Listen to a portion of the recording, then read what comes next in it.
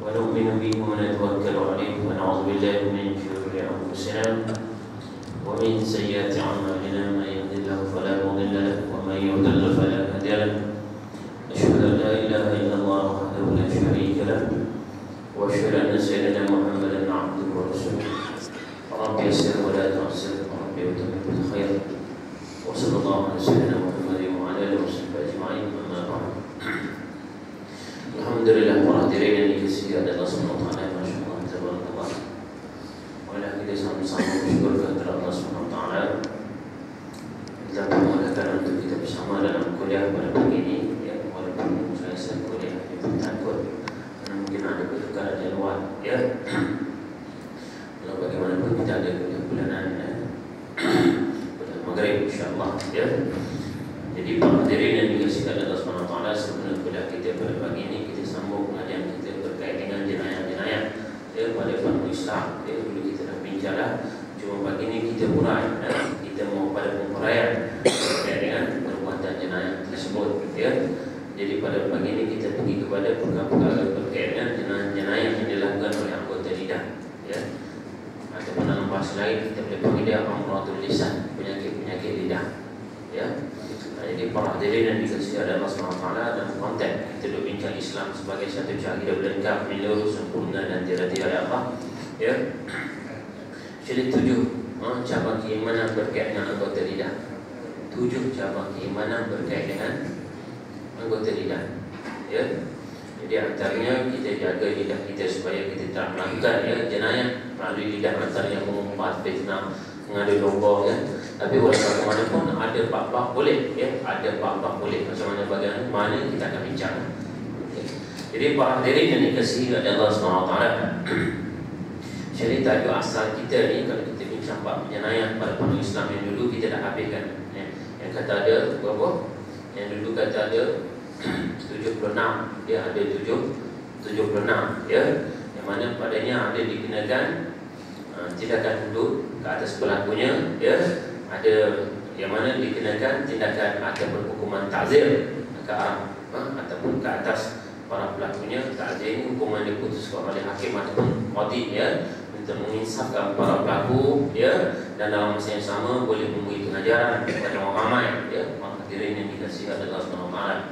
Dan bertambah kita tengok jenayah sekarang ni makin meningkat, tuan, ya. Kesian kalau budak-budak pun, ya, dilakukan jenayah ke atas mereka, ya. Ada yang kena, ya, rogol pun ada yang kena, ya, liwat pun ada. Yang terbaru budak pergi mengaji Quran, ya, kena liwat pun, ya.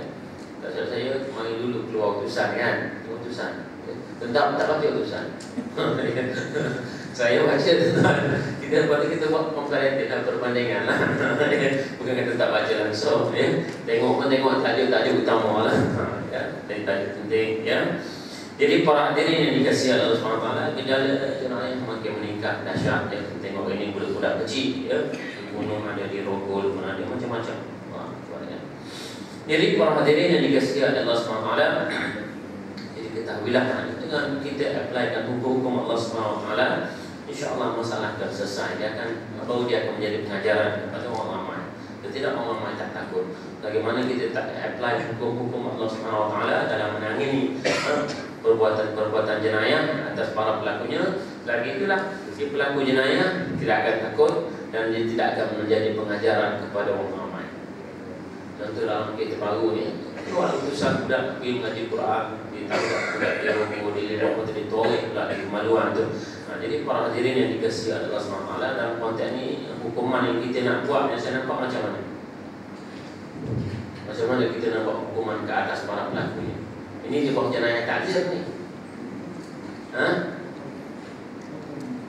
Macam mana? Gunung atau potong dia punya hotel dia. Tak boleh. Ya. Macam mana kita nak buatkan dia? Nak bakar dia punya hotel, tak boleh. Tak boleh. Tiada dia, tuan-tuan, mudah dia. Saya nampak ini mau kepada kita kena pasung dia. Ya, ini kan jenayah ta'zir. Jenayah ta'zir ni kenapa kan kebiasaan hakim. Hakim akan putuskan hukuman tersebut, ya. Cuma sebelum itu kena gazet dululah, ya, hukuman tersebut gazet dulu, dibuat perlembagaan, lepas itu hakim boleh apply hukuman tersebut. Kenapa kalau kes macam ni, ya, tambah-tambah sekarang ni berleluasa, ya, jenayah kata budak ni, Mungkin kita boleh pasung dia. Kalau melibatkan rogol, gunung, liwat, kita boleh pasung dia. Sebab pasung kita boleh sulap. Ya, kita boleh sulap. Dan selepas sulap, kita boleh tinggalkan mayat dia selama 3 hari. Lepas tu sulap depan orang ramai lah. Ya, depan orang ramai kita buat di mana-mana tempat khusus supaya orang ramai boleh tengok. Ya, supaya orang ramai boleh tengok. Kalau zaman dulu dibuat di persimpangan jalan, tempat orang ramai lalu lalang. Kalau kita kat sini tempat orang ramai lalu lalang, depan traffic light sana kan. Ya. Pas sudah barbecue tu tak boleh. Apa nak makan? Nak pergi boya kan? Ya. Dia dalam konteks ni nampak itu lebih berkesan ya. Tangkap dia, pasung dia, pasung ni salib lah ya, pasung dia. Lepas tu sudah sampai mati. Lepas tu biarkan mayat dia selama 3 hari ya, biarkan mayat dia selama 3 hari bagi orang tengok. Lepas 3 hari baru kita bawa turun mayat dia, boleh mandikan dia dan boleh kafankan. Cara ikut keadaan Islam dan tanam di dalam perkuburan Islam. Jadi kawasan perkuburan Islam boleh, tak ada masalah. Kerana orang ramai tengok, dahsyatnya jenayah macam ni, dahsyatnya orang yang buat jenayah, rogol, liwat ni, ini hukuman dia. Baru dia memberi pengajaran kepada masyarakat. Tidak, masyarakat tak takut. Tengok ya, mungkin benda tu tak terasa. Kalau tak kena pada anak kita, kalau kena pada anak kita sakit kan. Ya, lama-lama kita nak biarkan anak kita keluar bebas pun kita takut, betul tak? Takut. Nak bagi dia bebas pergi pada permainan petang-petang pun kita rasa takut. Tak agak. Tadilah tak kena colek ke apa kan. Kadang-kadang kalau kita pergi di sekolah pun takut juga. Kadang-kadang orang colek dia di sekolah, bawa lari dan sebagainya. Takut. Jadi para hadirin yang dikasihi oleh Allah SWT, inilah puncanya bila kita tak applykan hukum Allah SWT, dia akan jadi musibah. Dia akan jadi musibah ya. Para hadirin yang dikasihi oleh Allah SWT. Jadi kita nak urai perkara berkait dengan jenayah-jenayah, khususnya pada pagi ini perkara itu jenayah-jenayah yang dilakukan oleh anggota lidah. Dalam arti kata lain boleh dipanggil penyakit-penyakit lidah ya, penyakit lidah. Jadi para hadirin yang dikasihi oleh Allah SWT, sebelum pada itu bahawa perkara yang perlu kita kena tahu ya, perantaraan kita bersama pada pagi ini insya-Allah akan digunakan ke atas kita keberkatan rahmat Allah ya, pengampunan daripada dosa-dosa, para malaikat akan bersama dengan kita hingga ke arasy Allah Subhanahu wa taala, dan mudah-mudahan digunakan ke atas kita hidayah petunjuk Allah Subhanahu wa taala ya. Dan nama yang sama para hadirin yang dikasihi oleh Allah Subhanahu wa taala, keadaan agar kita sentiasa diberi hidayah oleh Allah Subhanahu wa taala ya, sebagaimana perkara yang perlu kita kena amalkan itu sebagai ulangan bila kita nak buat apa juga kebaikan, senantiasa mengucapkan insya-Allah ya, sebagaimana dipetik dalam surah Al-Kahfi ayat 23 dan 24 ya. Arahan atau perintah untuk melakukan perkara sedemikian ya. Dan apabila kita diberi apa juga kenikmatan ya, tak kira nikmat harta ke, pangkat ke, kemasyhuran ke, nama ke, kesihatan tubuh badan kan, ya, agar kita tidak jadi riak, ujub, sombong, mulazamahlah senantiasa ucap masya-Allah dan barakallah ya. InsyaAllah Allah akan jaga hati kita ya, supaya kita tak jadi riak, supaya kita tak jadi sombong ya, sebagaimana hadis yang diriwayatkan oleh Ibnu Abbas yang menafsirkan ayat dalam surah Al-Kahfi tadi ya, yang mana sabda baginda Nabi SAW, siapa yang diberi apa juga kenikmatan, siapa yang buat apa juga amal-amal soleh, agar perbuatan tersebut diterima oleh Allah SWT, agar kenikmatan tersebut ya diberkati oleh Allah SWT, maka hendaklah dia membaca masya-Allah tabarakallah ya. Kemudian para hadirin yang dikasihi oleh Allah SWT, apabila kita ditimpa dengan apa juga ujian ataupun musibah daripada Allah SWT, juga agar kita sentiasa diberi hidayah atau petunjuk oleh Allah SWT. Jadi kita kena melazamah baca inna lillahi wa inna ilaihi raji'un, sebagaimana terdapat dalam surah Al-Baqarah ayat 156 dan 157 ya. Jadi para hadirin yang dikasihi oleh Allah SWT, seperti biasa beberapa asas yang perlu kita kena tahu sebelum kita bincang bab yang kita nak bincang pada pagi ini. Jadi para hadirin yang dikasihi oleh Allah SWT, Islam sebagai satu cara hidup lengkap, menyeluruh, sempurna dan tiada dia oleh Allah, sebagaimana dipetik daripada surah Al-Maidah ayat yang ketiga ya, yang menyatakan Islam sebagai satu cara hidup lengkap, menyeluruh, sempurna dan tiada dia oleh Allah SWT. Itu ayatnya. Auzubillahi minasyaitonir rajim. Al-yawma akmaltu lakum dinakum wa atmamtu 'alaikum ni'mati wa raditu lakum al-Islam madina. Ya, yang menerangkan Islam sebagai satu cara hidup yang lengkap, menyeluruh, sempurna dan tiada dia Allah. Jadi lengkapnya Islam di dalam semua perkara diajar oleh Islam. ya, sama ada perkara besar, perkara kecil, ya. Bahkan kalau kita tengok, ya, bagaimana kalau kita buka tafsir jalan lain, ya, ketika malaikat berbahas dengan Allah SWT tentang penciptaan Adam AS, maka Allah Taala bagi tahu aku tahu apa yang aku buat. Kemudian aku ajar semua perkara kepada Adam AS. Ya, semua perkara aku ajar kepada Adam AS. Aku beritahu kepada Adam AS. Lepas tu ulama tafsir kata bahkan kentut pun Allah Taala ajar kepada Adam tu. Bunyi punggung tu, itu dia bunyi kentut. Ya, ada bunyi seh keluar ni ada juga. Ada bunyi pung ada juga, ya. Burung ada juga. Macam-macam dia ni. Jadi bunyi macam tu apa dia? Itu kentut. Sampai tak macam tu. Benda-benda macam tu pun diajar Allah SWT kepada Adam AS. Dia tentu boleh tengok tafsir jalalan ya. Tentang penafsiran ayat wa'allama Adam kullaha, yang mana akan cerita kami ajar kepada Adam semua perkara. Ya. Hatta lesung batu, alu lesung tu kan. Lesung batu, alu lesung tu pun Tuhan bagi nama kepada Adam AS. Ya. Jadi jelaslah para hadirin yang dikasihi Allah SWT, semua perkara diajar oleh Islam. Ya, semua perkara diajar oleh Islam, daripada sebesar-besar perkara hinggalah sekecil-kecil perkara yang penting kita kena tahu dan beramal dengannya. Kemudian prinsip yang kedua kita kena tahu, faham dan berpegang dengannya. Hanya cara Islam saja diterima oleh Allah SWT, ya, sebagaimana dipetik daripada surah Al-Imran ayat 19 dan 85. Itu inna dina 'indallahi al-Islam wa man yabtaghi ghayra al-Islam dinan falan yuqbala minhu wa huwa fil akhirati minal khasirin. Ya, sesungguhnya cara hidup yang diterima oleh Allah ialah cara Islam sahaja. Dan siapa yang mencari cara hidup selain daripada cara hidup Islam, sesungguhnya cara tersebut tidak diterima oleh Allah SWT. Ya, surah Al-Imran ayat 19 dan 85. Justru itu kita diperintah oleh Allah SWT untuk beramal dengan Islam secara keseluruhan, sebagaimana diberitakan dalam surah Al-Baqarah ayat 208. Itu ya ayyuhalladzina amanu dukhulu fis-silmi kaffah wa la tattabi'u khutuwatish syaitan innahu lakum aduwwun mubin. Wahai orang beriman, hendaklah kamu masuk ke dalam Islam secara keseluruhan. Ya. Walaupun kita belum boleh beramal lagi dengan Islam secara keseluruhan, yang penting kita kena tahu dulu Islam itu perlu diamalkan secara keseluruhan. Sama ada kita pemerintah ataupun rakyat, orang agama atau orang biasa, jadi Islam perlu diamalkan secara keseluruhan, bukan hanya sekadar sembahyang, puasa, zakat, haji sahaja, ya. Maka perkara berkait dengan macam keimanan yang lain banyak lagi Pak hadirin yang dikasihi oleh Allah SWT. Kemudian yang murad perkara berkaitan Islam sebagai satu cara hidup lengkap, menyeluruh, sempurna dan diradian Allah. Kita sedia maklum dan telah diberitahu ataupun telah diceritakan beberapa kali. Itu satu hadis ringkas yang dikeluarkan oleh Bukhari, Muslim, Tirmizi dan Sahih Ibnu Majah dan Abi Dawud daripada Abu Hurairah radhiyallahu anhu, yang mana sabda Nabi SAW perkara berkaitan keimanan dan Islam yang merupakan satu cara hidup lengkap, menyeluruh, sempurna dan diradiai oleh Allah, pecah pada 77 pembahagian, ya. Itu 30 perkara berkaitan dengan akidah dan ada lagi 7 perkara berkaitan dengan anggota lidah, termasuk bab yang kita nak bincang pada pagi ini. Kemudian 16 perkara berkaitan dengan hak kita secara bersorangan, lepas tu 6 perkara berkaitan dengan diri kita dan hak individu yang lain, dan 18 perkara berkaitan dengan diri kita, hak-hak umum dan melibatkan kerajaan.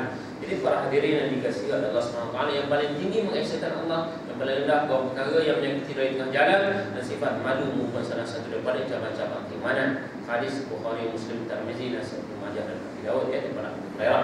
Kemudian di sana juga terdapat pembahagian secara umumnya, itu adanya cabang-cabang dan rukun-rukun. Rukun-rukun ada 11, 6 rukun iman, 5 rukun Islam. Itu dia rukun-rukun. Ya, rukun-rukun ada 11, 6 rukun iman, 5 rukun Islam. Kemudian 66 lagi semuanya adalah cabang-cabang. Ya.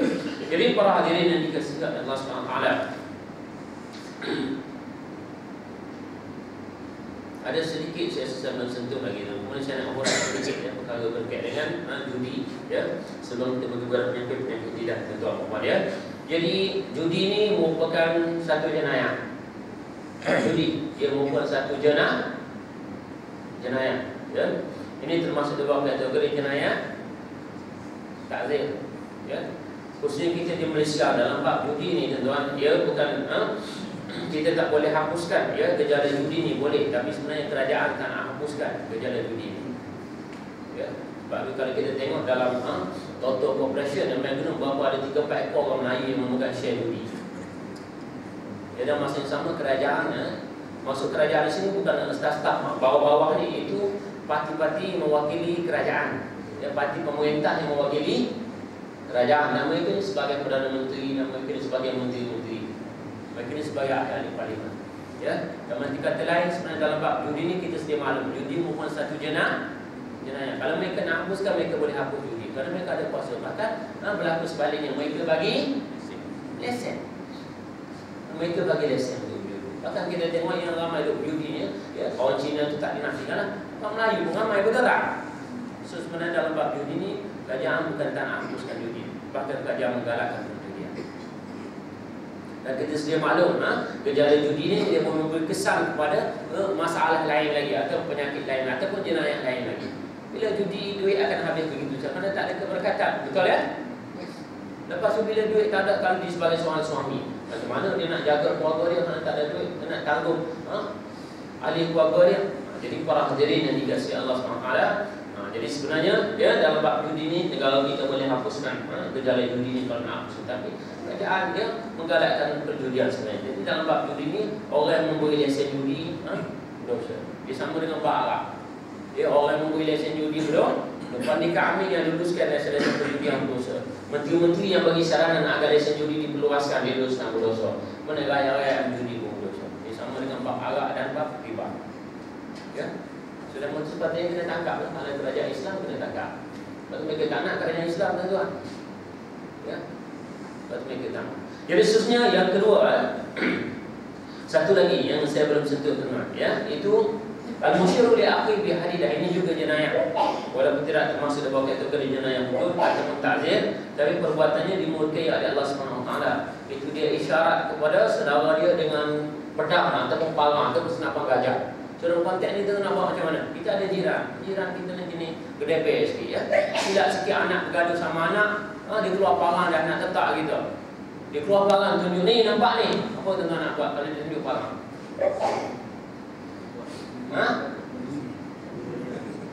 Apa tuan-tuan nak buat? Tuan-tuan pernah tengok cerita Jackie Chan atau Bruce Lee? Dia buat mana? Contoh, panggil dia, main, kan? Kalau dia keluar parang, ya. Jadi perbuatan menunjuk parang besi kepada saudara sesama Islam, ataupun kita keluar senapan gajah, ada senapan gajah, itu tak boleh. Perbuatan tu berdosa besar.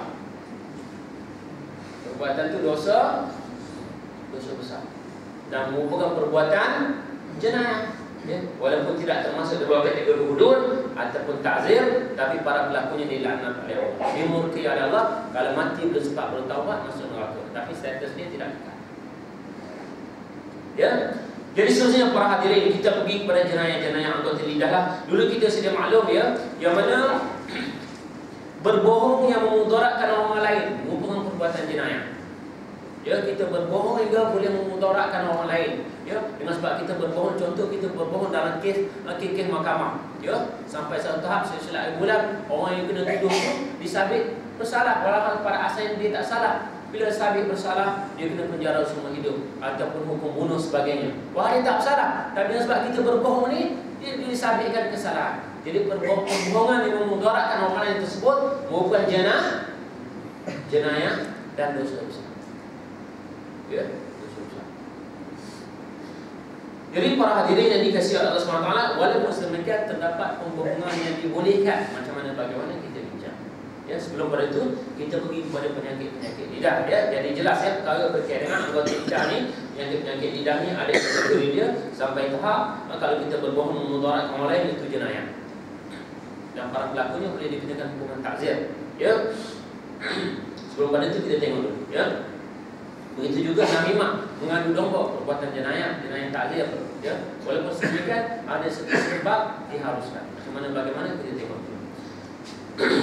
Dalam bab penyakit-penyakit lidah ni, tuan, atau perbuatan jenayah yang dilakukan oleh lidah ni, sebelum pada itu kita pergi kepada al-fudul kalam. Fudul kalam ni penyakit sia-sia, itu bercakap sia-sia, tuan. Ya, iaitu wa yatanawal khawdu fi ma la ya'ni wa ziyada fi ma ya'ni ala qadr al-hajah. Ya, suka cakap lebih. Orang tak cakap macam tu, dia suka tambah. Ya, termasuk semana dengan dia tak cakap, tapi dia sebagai wartawan. Dia suka wartawan, dia tulis berita-berita, tapi orang tak cakap macam tu, dia suka tambah berita, spin berita pun tak boleh berita. Ya, Kalau disiplin itu tak memberi mudarat kepada orang lain, itu percakapan yang tidak ada faedah. Ya. Dan kesan dia bila kita buat atau kita bercakap benda-benda yang tak ada faedah ni, dia tak ada kemanisan dalam ibadat. Tuhan cabut kemanisan iman, kemanisan ibadat. Ya. Kemudian kalau kita siasat bercakap benda-benda tak ada faedah, dan lagi dia memberi kesan kepada akal, otak kita jadi bodoh, tak cerdik. Ya. Khususnya hari ni kita tengok anak-anak kita banyak, kita dedahkan kepada mereka benda-benda yang tidak ada manfaat. Contoh game, saya nampak iPad. Dia budak-budak kecil kat iPad main game. Benda tu tak ada manfaat ke? Benda tu akan melemahkan minda mereka. Ya. Kita nampak benda tu biasa ataupun remeh-temeh, tapi kesan dia besar ke tuan? Ya. Bahkan satu lagi, kesan daripada iPad ataupun ialah dia khususnya bila kita tengok dalam cuaca yang dalam kawasan yang kurang cahaya, dia menyebabkan mata mudah jadi rapuh. Budak ni tak boleh berpasar, boleh main, betul tak? Ya, berpasar ni dalam suasana yang kurang cahaya, kalau kita tengok benda-benda macam tu, termasuk tengok TV sebagainya, termasuk baca buku. Sebab tu ulama larang kita baca buku berbahasa kalau dalam cuaca yang dalam suasana persekitaran yang cahaya yang kurang. Mata mudah jadi rapuh. Lebih-lebih lagi lah kalau kita dedahkan kepada anak-anak kita benda tidak ada manfaat, sama dari segi percakapan, perbuatan, menyebabkan otak mereka jadi lemah, tak cerdik, jadi bodoh. Kesan dia pun jadi bodoh susah dengar. Bila dia besar kita cakap apa-apa dia tak dengar, betul tak? Ya. Seterusnya, ya, jadi fudul kalam ni salah satu penyakit lidah. Ya. Wa huwa yatanawwalu khadu fi ma ya'ni wa ziyadatu fi ma ya'ni ala qadr al-hajat. Suka cakap tambah, ya, suka kalau wartawan penulisan penambahan penulisan benda yang tak patut, ya. Seterusnya penyakit lidah. Ini berdosa besar. Khadu fil batil. Kita bercakap benda-benda yang wa huwa kalamu fi ma'asi. Itu percakapan yang mengandung unsur-unsur maksiat. Ya, percakapan yang mengandung unsur-unsur maksiat, dan tahap dosa ni dosa besar kalau mengandung unsur maksiat, ya. Kita fitnah orang, ya, ada unsur maksiat dan sebagainya, berdosa. Ya. Habis tu kita duk dengar apa sekarang ni Maharaja Lawak kan. Maharaja Lawak tu tengok lawak dia, kalau lawak dia tasyabuh dengan benda-benda haram, menyebabkan dosa besar, dosa besar. Contoh antara tasyabuh dia buat lawak, perempuan dia ada lelaki, lelaki dia perempuan, itu dosa besar tu. Ya. Lepas tu dia melarat penganjur pun dapat dosa besar juga. Lepas tu dalam majlis tu pula bercampur lelaki perempuan. Ya. Itu tak boleh, itu dosa besar tu. Dedah aurat dan sebagainya.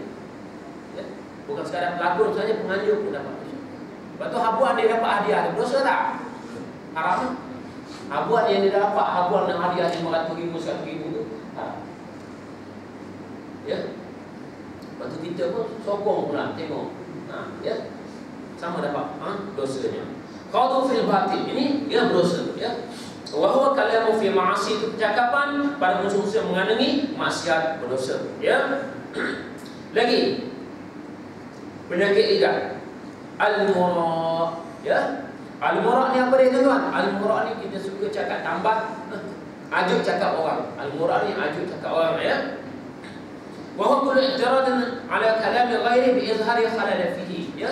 Dalam bab mura' ni ada yang dibenarkan, ada yang tak dibenarkan. Tak benar macam mana, ya? Saya ada ceramah depan ni. Ada 3-4 orang yang tak suka saya ceramah ni, dia buka kelas dia belakang dalam. Popek. Tu cakap sama dia. Ya. Soalnya kata dia tu mengumpat tentang saya lah. Ya. Jadi ini dipanggil al-mura' dalam istilah bahasa Arab. Kalau dia i'tirad tu ke atas benda-benda yang tak sepatutnya dia i'tirad, itu berdosa. Ya. Dan itu dikatakan penyakit lidah. Ya. Tapi kalau dia ajuk cakap tu dalam konteks untuk muzakarah, ya, itu boleh, tak ada masalah. Contoh dia kumpul 3-4 orang belakang, ada penulisan sebagainya, kata apa yang saya cakap tadi, pun tulis sama-sama dia tanya menanya, itu dia benarkan, ya. Tapi kalau dia i'tirad, dia kata apa lah urusan ni, ceramah macam-macam politik itu gini kata ke orang macam-macam. Atas nama untuk i'tirad, itu tak boleh. Ya, bahkan ada setengah masjid surau, betul tak tuan-tuan? Ya, saya pernah kuliah di Seksyen 9. Saya pun ceritalah tentang bab Islam sebagai satu cara hidup meningkat, lurus sempurna dan dirajak Allah ni. Lepas tu dia take apa yang saya cakap, ya. Belakang dia popek dia take. Lepas tu habis kuliah dia kata, Ustaz, kenapa Ustaz cakap macam ni Ustaz? Dia datang jumpa dengan saya, ya. Saya bagi satu contoh yang mana salah satu jenayah Yang mana para pelaku yang dikenakan hukuman takzir. Apa dia? Ada dalam kitab kita ni. Itu ambil harta ramai dengan cara yang salah. Ya, kita dah bincang dulu. Ambil harta ramai dengan cara yang salah itu merupakan jenayah. Ya, dan itu termasuk dalam kategori takzir. Contohnya Perdana Menteri.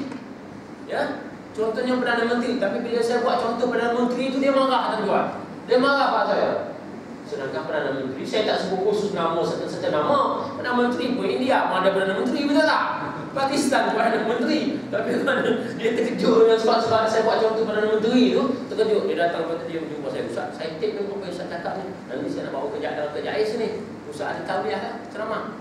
Dia tanya, saya ada 2 tauliah. Saya cakap ke dia, kalau dia jahil, ada jawi pun ada. Diam. Ya. Lepas tu saya pergi kali kedua kuliah tu. Kuliah bulanan. Ya. First start kat situ, dia datang. Tanya saya. Kali kedua tu, terus dia tak datang. Ya.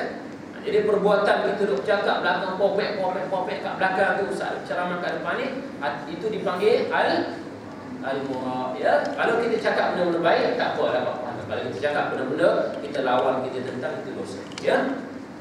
Lagi, al-jidah, juga penyakit lidah. Ada yang dibenarkan, ada yang tidak dibenarkan. Ya. Yang tak dibenarkan iaitu kalau kita bantah-membantah untuk menegakkan kebatilan, kemungkaran, itu tak boleh. Contohlah dalam parlimen, ya, parti A kata kita akan buat konsep K-pop. Kerana K-pop ni tiap-tiap tahun menyumbang pada kerajaan berapa? 1.4 juta. Itu kata salah seorang menteri lah daripada parti Cahaya. Dia kata konsep K-pop ni menyumbang kepada ekonomi negara 1.4 juta dapat setahun. Ya. Lepas tu ada parti Cakbi pula bangkang, tak boleh, K-pop ni akan merosakkan masyarakat. Ya, menyebabkan gejala sosial makin bertambah-tambah, tak boleh. Ya, dia pun datanglah bentang hujah dia begitu begini. Ini dipanggil jidah. Ada yang boleh, ada yang tak dibenarkan. Yang tak dibenarkan kalau kita bantah-membantah untuk menegakkan kemungkaran, itu tak boleh. Kalau kita bantah-membantah untuk menegakkan kebaikan, itu boleh dibenarkan. Jadi kedua itu dipanggil jidah. Ya, kalau kita bantah-membantah dalam menegakkan kejahatan, keburukan, itu dipanggil penyakit lidah. Dan itu dipanggil jidah. Ya, lagi. Khusumah juga penyakit lidah. Khusumah ni juga ada 2. Ada yang boleh, ada yang tak boleh. Biasanya khusumah ni kepada menuntut hak. Ya, contoh macam mana? Kita dengan cara penipuan kita nak tuntut hak yang mana hak itu bukan hak kita sampai naik ke mahkamah sebagainya. Jadi perbuatan tersebut dipanggil khusumah dan tak boleh. Ya, kerana bukan hak kita. Ya. Ada juga dalam bab khusumah ni boleh. Orang langgar kereta kita. Kita sampai report polis sebagainya, naik mahkamah dan sebagainya, kita bantah-membantah di mahkamah sebagainya. Boleh tak boleh? Kerana nak menuntut hak kita. Boleh. Kalau nak menuntut hak kita, iaitu memang hak kita, itu dibenarkan. Tapi kalau nak menuntut hak bukan hak kita, itu tidak dibenarkan. Itu juga dipanggil khusumah. Dan kalau bukan hak kita, kita nak tuntut sampai bantah-membantah, itu dipanggil penyakit lidah. Ya, seterusnya. Penyakit lidah, ya, ini tak dibenarkan. Ya, takut boleh datang riak dalam hati kita, datang ujub sebagainya. Ta'akkuru fil kalam. Ta'akkuru fil kalam ni tuan-tuan, dalam setiap keadaan bersyair aja dia. Ya, orang tanya awak nak pergi tandai kau, dia balas dengan pantun. Orang tanya nak pergi tandai pun dia balas dengan pantun. Oh, dah bomok sangat kan? Ya, tak sepatutnya. Ya, jadi ini perbuatan dia dipanggil ta'akkuru fil kalam. Ya, jadi perbuatan tersebut tidak dibenarkan. Ya, tanya dah makan nasi dah, dia jawab dengan syair. Ya, tak sepatutnya. Jadi ini dipanggil ta'akkuru fil kalam dan termasuk dalam kategori penyakit lidah. Ya, tak dibenarkan. Lagi, al-fahsyu wal baza'atul lisan. Itu kita bahasa kita mencarutlah teman. Ya, mencarut tak boleh. Macam mana lafaz mencarut? Buat contoh. Buat contoh. Contoh. Saya minta semua buat contoh. Tak payah contoh lah, kerana kita dah tahu dah. Lafaz mencarut. Ya, tak kira atas nama apa kita mencarut tak boleh. Ya. Biasanya di sini dia beritahu kita dengan soreh ataupun jelas-jelas kita sebut lafaz jima' dan sebagainya, mencarut, tujuan untuk mencarut, tak boleh. Tapi lain cerita dengan tujuan untuk mendidik. Contoh masuk dalam bab yang mana Aisyah cerita kepada para sahabat apabila ditanya tentang air mani. Maka Aisyah pun cerita dalam bab yang mana Imam Syafi'i menjadikan hadis ini sebagai dalil yang menyatakan air mani itu bukan najis. Jadi Imam Syafi'i ambil dalil hadis yang diriwayatkan oleh Aisyah radhiyallahu ta'ala anha, di mana kata Aisyah radhiyallahu ta'ala anha, apabila aku bersama dengan baginda Nabi sallallahu alaihi wasallam, apabila aku melakukan hubungan kelamin dengan baginda Nabi sallallahu alaihi wasallam, kemudian ada kesan-kesan air mani baginda Nabi sallallahu alaihi wasallam di atas kain selimut, maka aku ambil kain selimut, aku jentik-jentik dengan tangan saja, aku tak basuh. Jadi dalam konteks ini Imam Syafi'i menjadikan hadis ini sebagai dalil yang menyatakan air mani itu bukan najis. So dalam bab ni macam ni tak apa. Itu tidak dipanggil mencarut. Ya? Nampak nak mendidik. Ataupun dalam satu hadis lain yang diriwayatkan Ummu Salamah radhiyallahu ta'ala anha, yang mana satu ketika satu orang perempuan dia malu nak tanya Nabi tentang warna air mani, nak cam dia ni macam mana. Maka akhir sekali Nabi dapat tahu, maka Nabi pun panggil kedua, Nabi pun cerita. Di mana ada lelaki, air mani lelaki ni nak cam dia, warna dia keputihan, kemudian dia pekat. Ya, lepas tu dia ada bau dia seperti macam tepung yang diuli. Ya, bau dia macam tepung gandum yang diuli, yang bau uli itu kan, dia bau dia macam tu. Ya, lepas tu air mani perempuan pula, Ummu Salamah tanya, maka Nabi cerita warna dia kekuningan. Ya, so dalam bab ini tidak dipanggil mencarut. Ya, dalam bab nak mendidik ni boleh. Tapi asalnya kalau kita mencarut itu dipanggil istilah kita fasyu wa baza'atul lisan, itu penyakit lidah dan tak boleh. Ya. Ya. Kalau jenis orang melatah tuan-tuan, itu lain cerita, tak sengaja, itu penyakit tak boleh. Ya, ada tuan-tuan ya, kita cucuk dia punya pinggang kan, cuma keluar semua macam jenis perkataan keluar daripada mulut dia. Itu tak apa, dia kena penyakit. Ya, tapi jangan buat-buat pula. Buat-buat tak boleh dah. Ya. Okey, seterusnya. Penyakit lidah lagi. Itu kita mencela orang, tuan-tuan. Kita kata sial lah orang ni. Tak boleh. Dan dia ada peringkat. Ya? Dalam bab mencela ni dia ada beberapa peringkat. Pertama, hukum dia kufur ataupun murtad. Kalau kita mencela hukum Allah Subhanahu Wa Taala, peringkat dia kufur ataupun murtad. So kena berapa? Kita cela Allah, kita cela Rasul, kita cela hukum Islam, dia peringkat dia kufur ataupun murtad. Itu peringkat pertama. Itu masuk dalam kategori penyakit lidah. Peringkat yang kedua itu dosa besar. Dosa besar, kita cela Nabi SAW, kita cela para sahabat. Ini peringkat dosa besar. Ya, lepas tu ada dosa kecil. Ada dosa kecil. Ialah ke mana? Kita cela benda-benda atau binatang. Kita keluar surau ni, tersepak batu tu jatuh, kita celaka batu ni, sial batu ni. Kita maki hambur batu, kita jalan tengok betul. Ya, jadi itu peringkat dosa kecil. Ataupun kat sini nyamuk banyak tuan-tuan, nyamuk gigit kita, sial nyamuk ni gigit aku, sakit.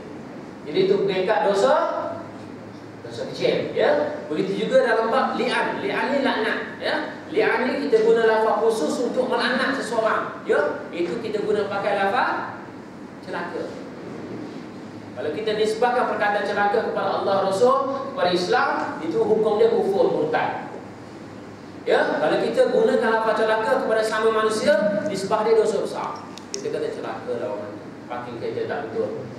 Ya, hati just pakai kereta je tu, tiba-tiba kita laknat dia. Ya, pakai kereta tak betul. Mungkin dengan sebab dia garu-garu nak masuk tandas sebagai ada hajat apa sebagainya, tiba-tiba dia pakai kereta tak betul, kita dah laknat kepada dia. Sedangkan perkataan laknat ni tak sepatutnya kita mudah-mudah ucap. Ya. Jadi perbuatan kita melaknat seorang itu, perbuatan tu orang panggil apa dia? Dosa besar. Itu peringkat dosa besar. Itulah yang cerita. Contoh macam pemimpin asal sebagainya. Pemimpin itu memang zalim jahat. Kita minta orang turun laknat ke atas dia, itu boleh, tak ada masalah. Ya. Begitu juga dalam bab laknat ni, sama dalam bab kita mati hamun tadi. Itu kalau kita tersepak batu, kita kan celaka batu ni. Ya. Itu tak boleh. Itu dosa kecil. Ya. Begitu juga kita laknat nyamuk sebagainya, itu dosa kecil. Ya. Seterusnya, syair. Syair juga dalam setempat dipanggil penyakit lidah. Macam mana tak boleh? Macam tadilah. Ya, kita bersyair untuk puji wanita dengan melampau. Kita bersyair untuk puji berhala dan sebagainya. Kita bersyair untuk puji orang tu, puji orang ni, itu dikatakan penyakit lidah. Kalau sampai tahap kita puji berhala sebagainya, memang timnya khurafat, itu peringkat dia kufur. Ya. Kalau kita maki hamun orang dengan guna lafaz syair, itu peringkat dia dosa besar. Ya, orang Arab dulu guna pakai dalam peperangan untuk menaikkan semangat mereka akan bersyai. Ya. Seterusnya, ya, as-sakhriyah wal istihza, ya, kita mengaim-aim, kita peli orang, tuan-tuan, ya, itu tak boleh. Juga penyakit lidah. Bahkan Tuhan rekod dalam Al-Quran, orang yang mana tak beriman ni suka mereka buat mengaim-aim. Bahkan Allah Taala yang beriman daripada dalam perkara tersebut, ya ayyuhallazina amanu la yaskhar qaumun min qaumin asa an yakunu khairan minhum wa la nisa'un min nisa'in asa an yakunu khairan minhum. Tak boleh kita nak memperendahkan orang, mengaim-aim ke orang, tak boleh, nak perli orang, tak boleh. Dan itu termasuk dalam kategori penyakit lidah. Kalau kita menyakiti dia dengan sebab kita perli dia tu, kita menyakiti dia, dosa besar. Kita perli, tiba-tiba dengan sebab perlian kita dia jadi sakit hati. Sakit menyebabkan dia sakit hati lah. Bila kita perli kata macam-macam lah, ya. Itu hukumnya dosa besar. Walaupun tak termasuk dalam kategori hudud ataupun ta'zir, kita dilaknat oleh Allah. Dan kalau kita mati dan sempat bertaubat minta maaf, masuk neraka, tapi standard dia tidak dekat, ya. Seterusnya, ya, kita panggil orang dengan gelaran dia. Dia ni tempang, kita panggil dia tempang, tak boleh. Ataupun dia ni mata kecing, buta sebelah, kita panggil dia kecing, tak boleh. Ataupun dia ni jalan, orang panggil kaki dia tu uzur, ya, kaki dia terselip, terkepok macam tu, kita panggil dia kewek, tak boleh, ya. Habis tu kita tengok setengah para nama alim ulama boleh tu, ya. Contoh Sufyan As-Sawri. Jadi atas nama untuk ta'aruf boleh. Kalau Sufyan ramai kalau kita tak panggil dia dengan nama gelaran dia tak boleh. Sufyan Sauri ni lembu jantan, ya. Sufyan mana? Sauri, lembu jantan. Jadi orang kenal itu tak apa. Tapi kalau untuk mengaim-aim tak boleh. Mengaim-aim dia ada contoh, kita panggil pendek. Memang dia pendek. Ataupun buta sebelah kita panggil kecing, kita buat peli kat dia, itu tak boleh. Ya, nak menghina dia tak boleh, ya. Kalau untuk ta'aruf boleh. Kemudian kizbun, ya, al-kizbun ada bab boleh, ada bab tak boleh, ya. Actually pada asalnya memang tak boleh lah. Kalau kita menipu tu menyebabkan mudarat pada orang lain, dosa besar hukum dia, ya. Lepas tu ada bab boleh, ya, dia ada peringkat dia juga. Dia ada 5 peringkat berbohong. Peringkat pertama hukum dia kufur, murtad. Macam mana kita berbohong ke atas Allah Subhanahu Wa Taala? Yang mana contohnya benda yang Allah Taala halalkan kita haramkan, benda yang haramkan kita halalkan, benda yang halal kita haramkan. Jadi berbohong peringkat ni adalah kufur, murtad. Peringkat kedua berbohong sebesar-besar dosa besar. Macam mana kita berbohong ke atas baginda Nabi SAW? Hadis Nabi tak kata hadis Nabi, hadis itu bukan hadis Nabi, tiba-tiba kita kata itu hadis Nabi. Kita reka-reka hadis Nabi SAW. Jadi berbohong ni peringkat sebesar-besar dosa besar. Dan juga hukumnya kufur, ya. Dan peringkat ketiga darjatnya dosa besar. Macam mana tu? Kita berbohong dalam menuntut hak orang lain. Itu bukan hak kita, kita menipu, berbohong dalam jual beli dan sebagainya. Itu peringkat tu, orang panggil dosa besar. Contoh kita jual barang, tuan. Barang tu kereta lah. Kita beli harga dia, harga dia kita beli 5,000 je. Tiba-tiba kita kata, harga ni 10,000 saya beli ni. Kenapa? Kerana dia nak untung lebih. Dia boleh jual dalam 13,000. Wahai modal dia berapa ribu je, 5,000 je. Jadi berbohong tak? Berbohong. So berbohong dalam bab ni dosa besar. Ya, dah 3 peringkat dah. Hukum dia kufur, murtad, sebesar-besar dosa besar. Yang ketiga dosa besar. Kemudian ada berbohong peringkat di dosa kecil. Macam mana? Contoh mak bapak kita berbohong kepada anak-anak kita. Sekarang ni gejala samun berleluasa. Anak perempuan kita suka keluar malam. Kita bagi tahu kat dia, jangan keluar malam, tadi mak nampak orang kena samun kat depan sana. Perempuan kena samun. Wah, tak ada kena samun pun, kita menipu je. Ya, tujuan kita supaya anak kita tak keluar malam. Ya, dia pun takut nak keluar malam.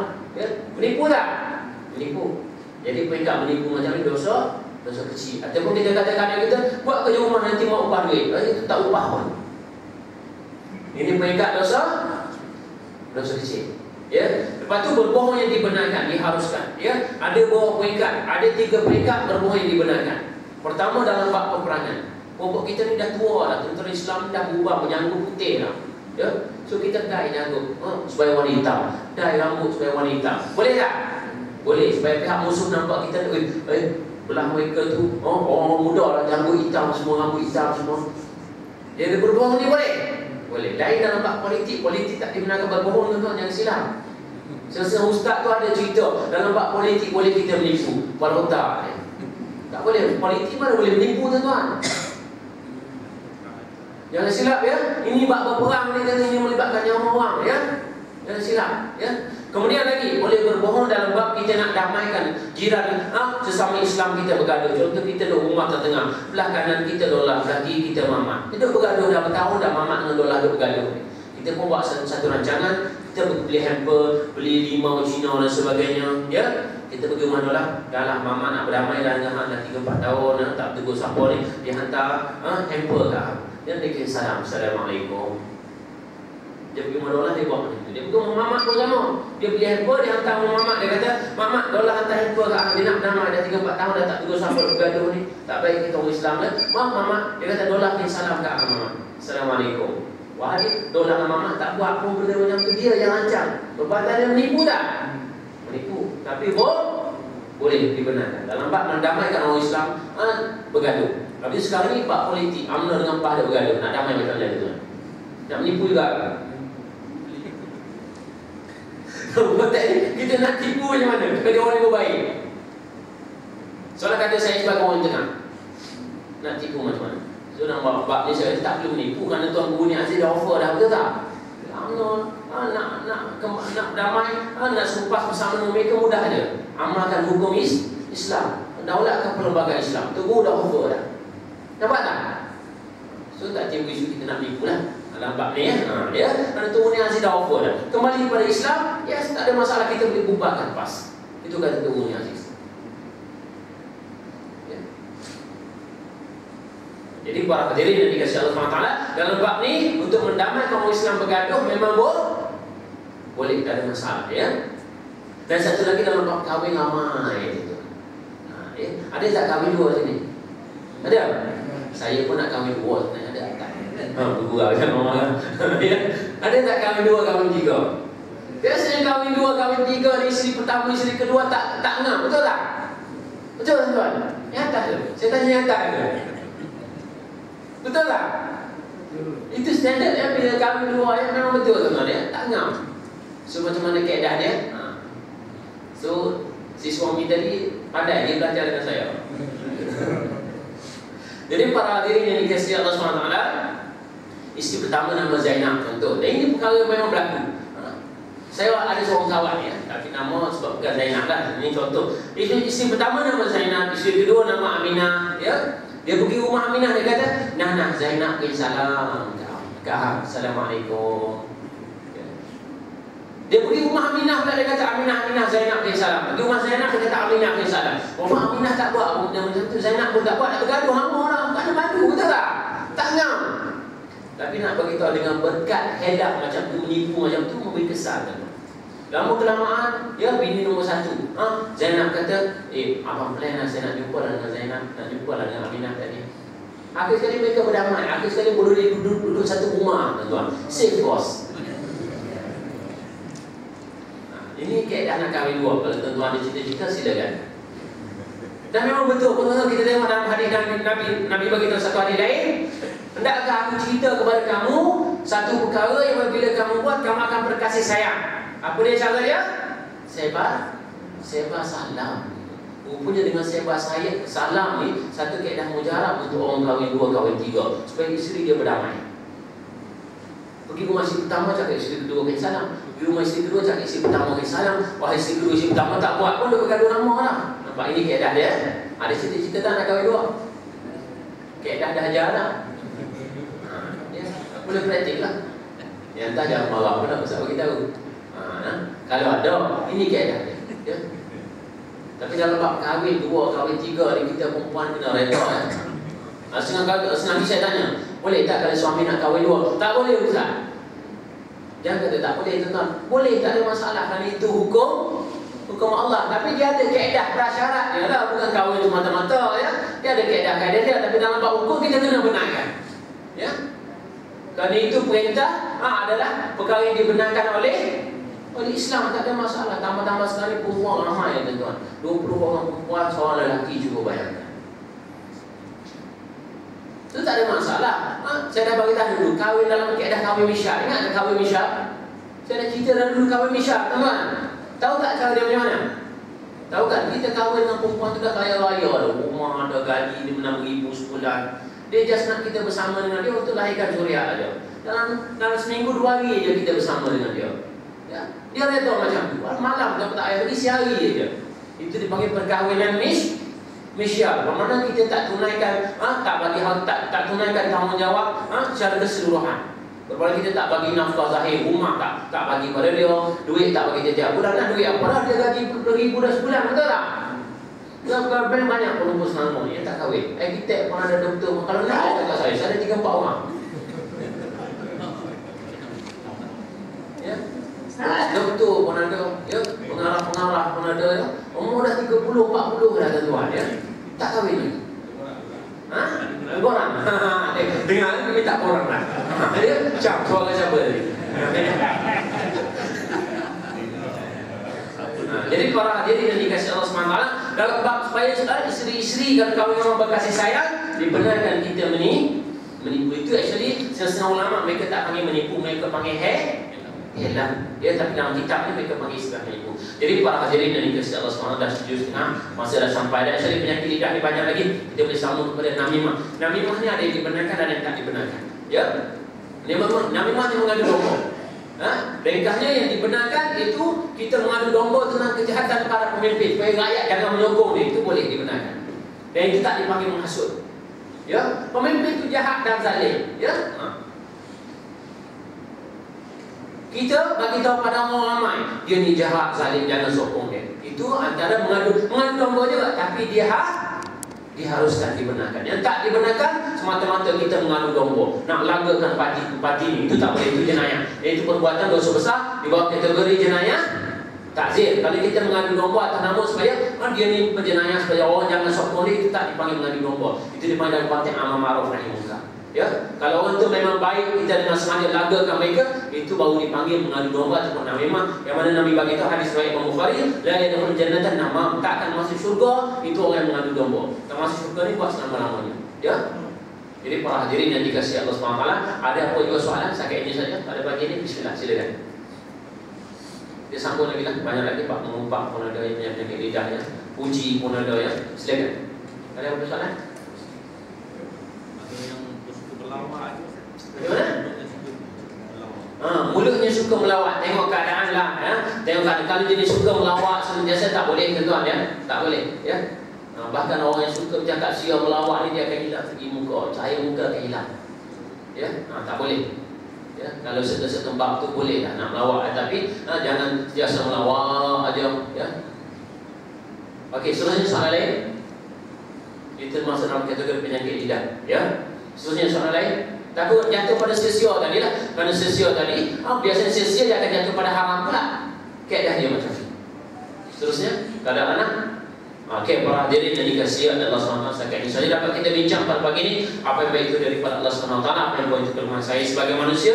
Sekian terkasih bahasa, saya minta ampun kepada Allah SWT dan minta maaf. Bahkan banyak tentu ada dalam bab boleh tak kita maki hamun kepada mayat dan sebagainya, ya. Boleh tak kita maki hamun kepada syaitan dan sebagainya, ya.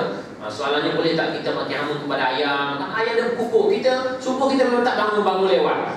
Ayam dia pukul sentiasa, ya, kejut subuh. Boleh tak boleh kita nak maki hamun? So banyak lagi bapa boleh bincang berkaitan dengan penyakit lidah, termasuk kita berbohong tentang qadar dan sebagainya. Ya, kita sambung lagi kali. Jadi para hadirin yang dikasihi Allah SWT.